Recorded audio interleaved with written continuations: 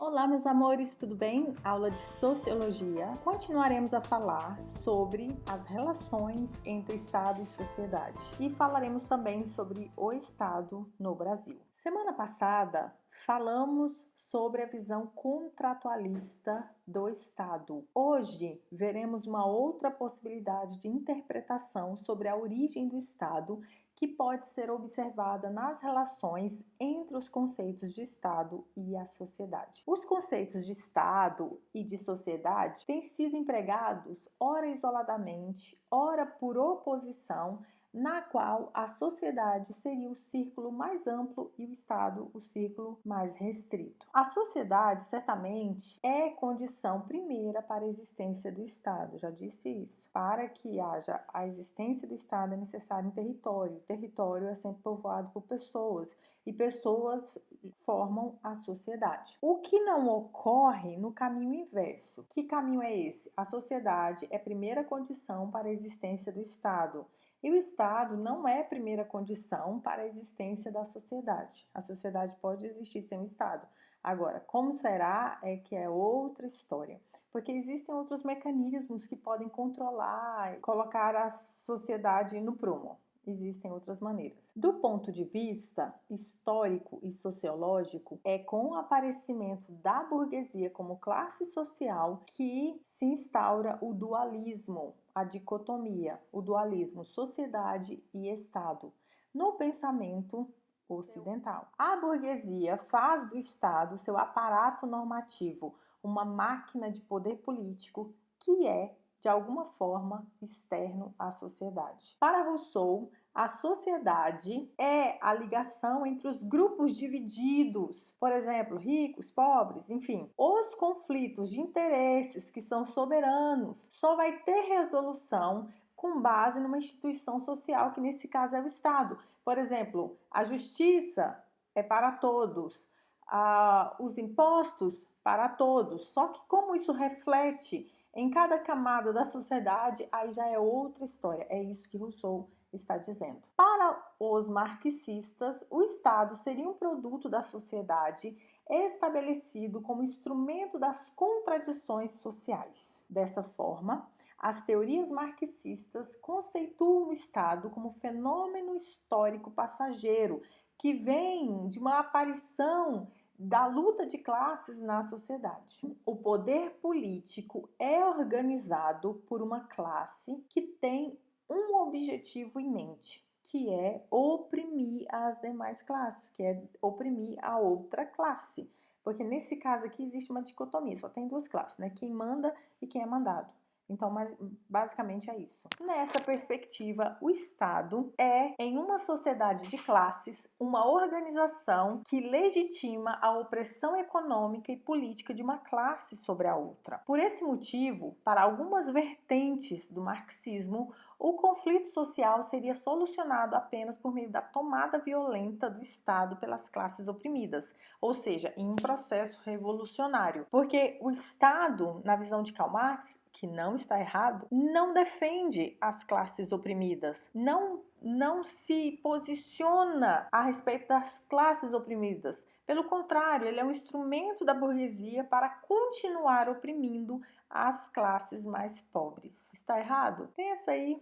Inclusive, essa é uma boa questão para você colocar nos comentários aí embaixo. Se o Estado é realmente refém da burguesia e não coloca as causas em favor dos mais pobres, ou se não, não é verdade. Converse sobre isso, comente aí embaixo. Vai ser legal nós discutirmos sobre isso. A sociologia, na maioria das vezes, pensa no Estado como uma instituição super presente na sociedade e que se caracteriza por ser muito específico no seu fim. Promoção da ordem política, organização coercitiva. O que é isso? Algo coercitivo é algo que te impele aí, algo que te empurra para fazer.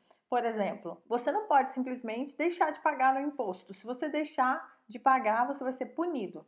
Aí você pagará o imposto, mais as multas, enfim, ficará muito mais complicado. Então você é coagido a pagar os impostos. É um poder coercitivo, você tem que pagar. Essa organização coercitiva são poderes sociais de decisão que, juntamente com outras instituições, como as de natureza econômica, religiosa, educacional e linguística, faz com que esses poderes coercitivos atuem sobre a sociedade de forma super tranquila e todo mundo aceita. Por exemplo, para o pensador italiano Norberto Bobbio, que faleceu agora em 2004, a sociedade pode se opor ao Estado e também pode precisar da sua proteção. Aqui reside o conceito da sociedade como um conjunto de relações intersubjetivas, que são anteriores, que são exteriores e que são contrárias ao Estado e também são sujeitas a ele. Norberto Bobbio está dizendo que a sociedade pode se opor ao Estado, mas ela precisa do Estado.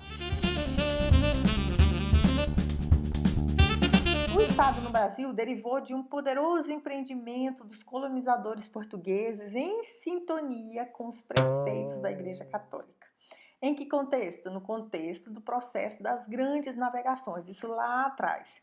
E esse foi um intento com o objetivo de contemplar as pretensões econômicas lá do absolutismo português, harmonizando-se com a contraofensiva católica em direção à ampliação das áreas de abrangência e dominação. Vista assim, a origem do Estado brasileiro é uma história de reveses e contradições latentes. Contradições que têm início na ocupação do território brasileiro pelos portugueses, já que apenas quando transcorridos 30 anos de conquista do território é que houve a preocupação em fazer do Brasil um lugar habitável para os colonizadores. Não foi assim rapidão, tipo, vamos lá, vamos colonizar aquilo lá e já virou cidade, já virou... Não, foi devagarzinho, porque eles nem gostavam disso aqui, eles achavam que isso aqui era só terra de selvagens.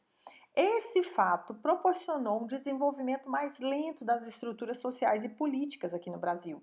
Diferentemente, nesse aspecto, o que ocorreu na colonização inglesa da América do Norte, porque lá foi dado pelos colonizadores, desde o início, a ideia de que eles estavam buscando um paraíso ali na terra, né? Ali naquele lugar que eles estavam. Então, já foram com essa ideia de ficar, de permanecer ali, de fazer ali um lugar super habitável. Aqui no Brasil eles não vieram com esse pensamento.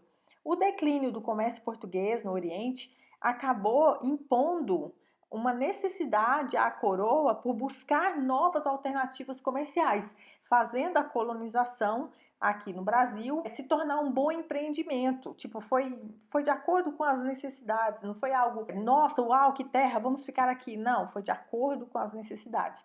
O Brasil, de um lugar inabitável para os portugueses, deu lugar a um negócio altamente lucrativo. Em resumo, uma colônia de exploração que, além de entreposto comercial, nós éramos fornecedores de matérias-primas para o desenvolvimento dos negócios manufatureiros na metrópole. Eita, nós! Muitas são as passagens históricas que demonstram as inconveniências políticas características do processo de formação do Estado e das questões relativas à construção da cidadania no Brasil. A Constituição em 1824 revela que a clara e pesada separação entre sociedade civil e agentes estatais era um grande problema. A diferença entre cidadãos ativos e inativos é um exemplo de que o critério de posse impunha na sociedade o status de homens dignos apenas para poucos cidadãos. Apenas alguns cidadãos é que recebiam esse título de homens dignos, o resto não era digno. O voto não era direito dos cidadãos inativos, ou seja, a esmagadora maioria da população que não era detentora de renda nenhuma, nem de imóveis rurais, não podia votar. Gente, quando nós olhamos hoje o nosso contexto social, com esse tanto de divisão social, com esse tanto de dificuldade que nós ainda temos, dá para se ter uma noção de como que era nessa época. Então, analisando o Brasil no início do século XX, percebemos mais claramente essa tensão que opõe as esferas do público e do privado.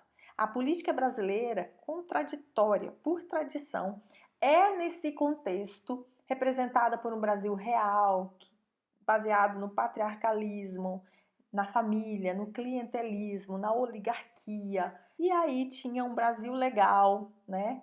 com uma sociedade, quando eu digo legal, não é legal de ser legal, cool, não, é legal de legalidade. Uma sociedade urbano-industrial na qual o poder é centralizado pelo Estado e o exercício por uma burocracia técnica, estou falando de termos legais.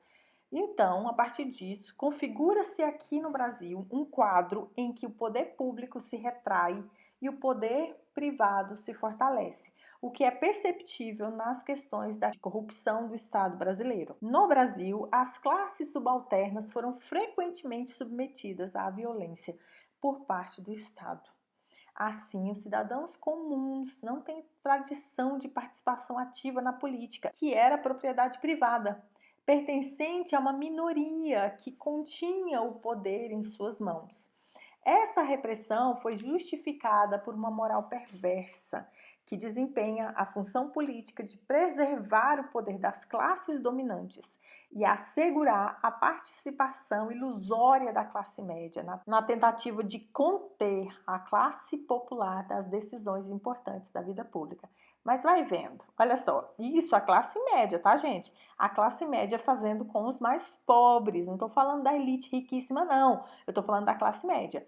Então, a partir do golpe de 1964, as classes médias começaram a enxergar de forma diferente o uso da violência, pois ela própria se tornou vítima dessa prática. Percebendo que esse instrumento regulador era justificado para manter uma ordem que interessaria apenas a uma categoria de dominantes, onde a classe média não entra, veja só que é tudo uma questão de jogo, de oportunidade, de salvar o meu, de tirar o meu da reta. É basicamente isso. Isso vale para o indivíduo, isso vale também para a sociedade. Em síntese, a expressão da realidade política nacional nos remete, nos leva ao embate entre as dimensões pública e privada e as transformações históricas que nós falamos agora, que nós podemos verificar nesse processo. Então é isso, ficamos por aqui, essa é a nossa aula de hoje de Sociologia.